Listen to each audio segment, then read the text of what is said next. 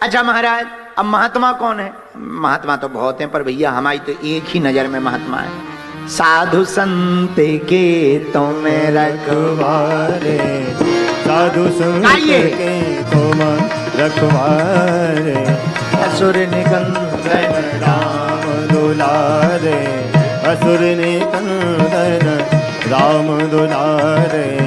श्री राम जय राम जय जय राम, श्री राम जय राम जय जय राम, श्री राम जय राम जय जय राम, श्री राम जय राम जय जय राम। गाइए श्री राम जय राम जय जय राम, श्री राम जय राम जय जय राम। तो संत की, गुरु की कृपा से, महात्मा की कृपा से परमात्मा मिलेगा। अब वो महात्मा कौन है? हनुमान जी हैं। आहा, महाराज ऐसा कोई प्रमाण बताओ किसी को संत की कृपा से भगवान मिले हो। हाँ है प्रमाण, एक प्रमाण जो कल हमें याद आया, आज हम बोल देते हैं आपके बीच में। आहा, माता सबरी का प्रमाण है। माता सबरी सबर जाति में जन्म लेती है। पिता, आहा, पिता भी सबर। एक दिन सबरी की मां सबरी को गोद में बैठाकर बालों को ठीक करके श्रृंगार कर रही थी। सबरी ने पूछा, मां आज हमें उपटन लगाया जा रहा, हमारे बाल ठीक किए जा रहे, हमारा श्रृंगार कराया जा रहा, क्या बात है? आज आज आज मुझे इतना सजाया क्यों जा रहा? सबरी की मां ने कहा, बेटी तेरी शादी है। अच्छा मां, किससे हो रही है?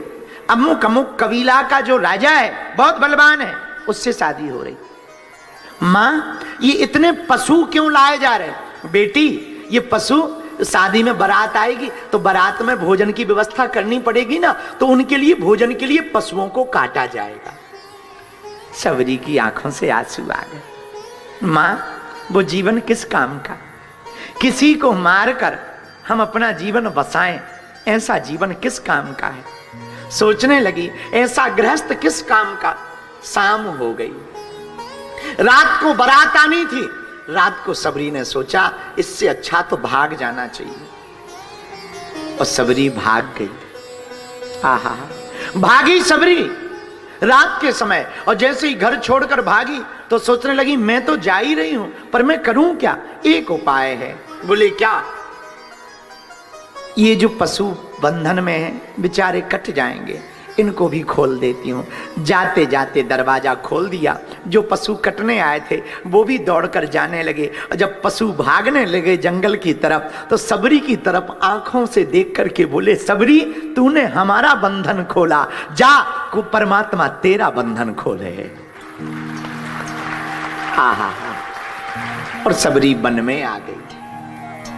अब विचार करने लगी कहां जाएं, तो दिन भर छिपी रहती, पिताजी पकड़ ना लें, जबरदस्ती शादी करवा देंगे, तो दिन भर पेड़ पे टंगी रहती, रात को नीचे उतरती, कुछ पत्ते खा लेती, कुछ फल खा लेती।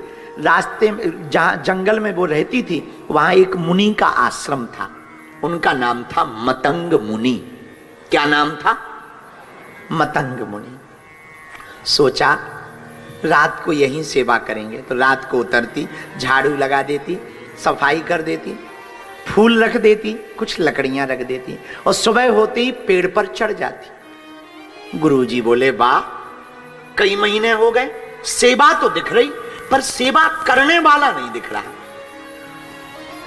एक दिन रात को छिपकर गुरु आश्रम के चेलों ने देखा कि ये कौन है जो रात को सफाई करके भाग जाता। रात के समय सबरी आई, चेलों ने पकड़ लिया, गुरुजी के पास ले गए। गुरुजी, ये बालिका है, रोज सफाई कर जाती है और दिन को पता नहीं कहां भाग जाती। मुनि ने पूछा, बेटी कौन हो तुम? आंखों में आंसू भर के बोली, महाराज मैं अभागिनी हूं, और आप हमें छूना नहीं, दूर रहना, हमें स्पर्श मत करना, मैं भिलनी जाति से हूं। मतंग मुनि बोले, तो क्या हुआ बेटी, हमने तुम्हें बेटी कहा, मैं तुम्हारा पिता हूं, तू चिंता मत कर, बैठ इधर, अपनी बात बता। सबरी ने पूरी कथा बताई। पता है सबरी से मतंग मुनि क्या बोले? बेटी अब तू यहीं रुक, आज से मैं तुम्हारा पिता हूं, तू हमारी बिटिया है।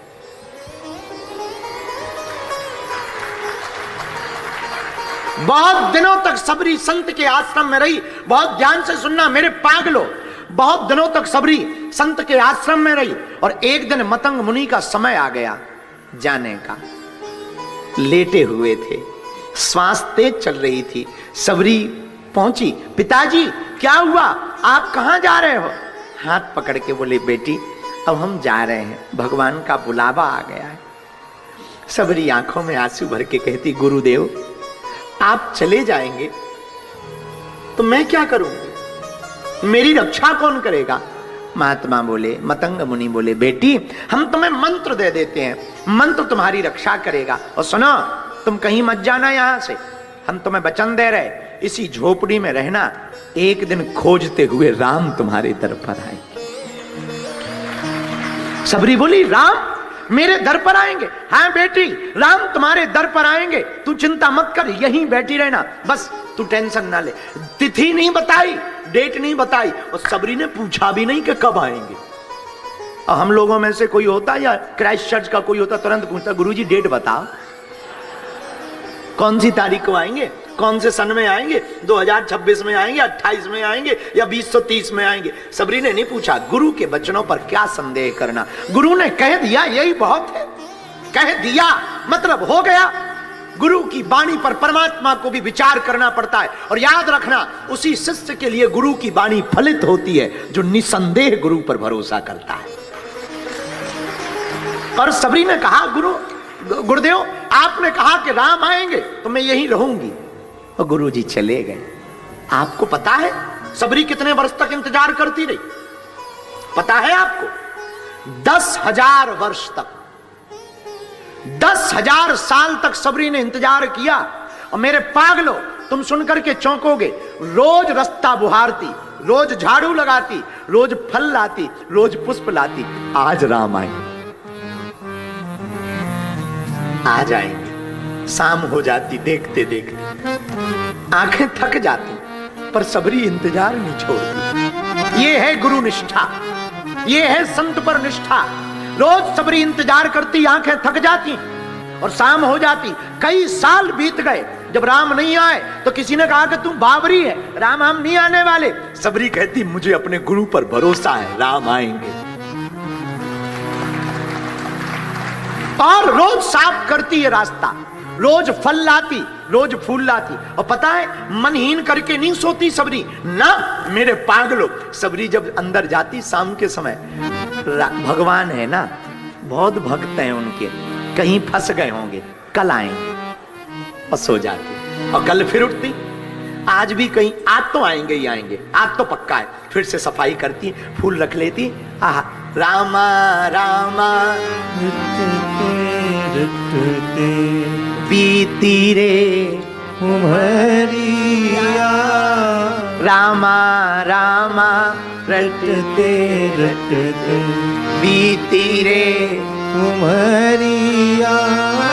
रघुकुल नंदन कब आओगे, रघुकुल नंदन कब आओगे, भिलनी की झुपड़िया, रामा रामा रटते रटते बीती रे उमरिया।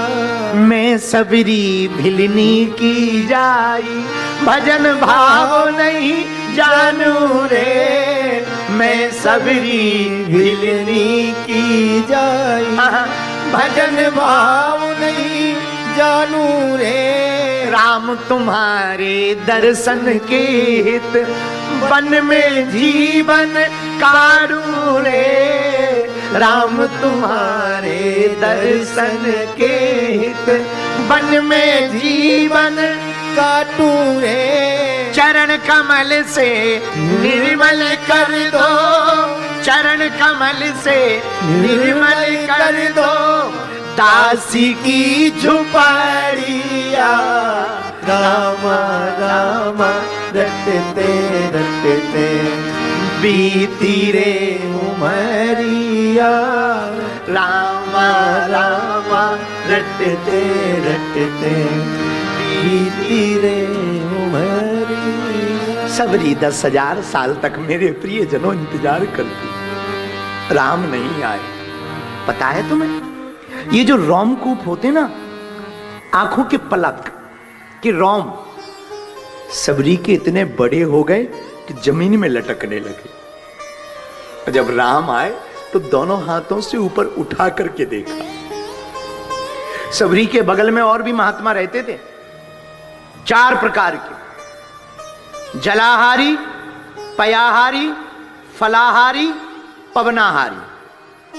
जलाहारी वाले महात्मा कहते थे राम जी बन आएंगे तो सबसे पहले हमारी कुटी पे आएंगे। बोले क्यों? बोले हम जल पी करके भजन करते हैं।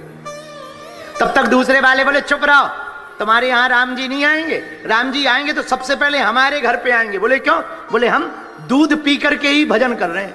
तीसरे बोले चुप रहो, न जलाहारी के पास आएंगे ना पयाहारी के पास आएंगे, राम जी यदि बनाएंगे हमारे पास आएंगे। क्यों? हम तो फल खा करके रहते हैं, फलाहारी है। तब तक चौथे बोले चुप रहो, न जलाहारी के पास आएंगे, न पयाहारी के पास आएंगे, न फलाहारी के पास आएंगे, राम जी आएंगे तो पवनाहारी के पास आएंगे। बोले क्यों? बोले हम तो हवा भर खा के रहते हैं, राम जी हमारे घर आएंगे। अब राम जी आए और चारों की कुटियों के सामने खड़े हो गए। महात्मा बोले आप आ गए हो, ये चारों कुटियां हैं, हम जलाहारी हैं, ये पयाहारी हैं, ये फलाहारी हैं, ये पवनाहारी हैं, जिसमें चाहो उसमें प्रवेश करो। राम जी बोले एक बात बताओ, सबरी कहां रहती? महात्मा बोले गजब हो गई, हम इतनी तपस्या कर रहे हैं, आप सबरी का पता पूछ रहे। जाओ, तुम तो भगवान हो, तुम्हें तो पता चल ही जाएगा, जाओ चाहे जहां चले जाओ, हम नहीं बताएंगे। राम जी ने समझाया भैया एक बात बोले प्रियजनों, लोगों को लगता होगा राम जी कई के कारण बन गए, हमें लगता है सबरी के कारण बन गए, वरना सबरी का भरोसा टूट जाता। और मतंग मुनि ने कहा था राम आएंगे, तो सबरी के जीवन में राम आए। मेरे पागलों, गुरु कह दे, कोई सच्चा साधु कह दे तो भगवान को आना ही पड़ता है।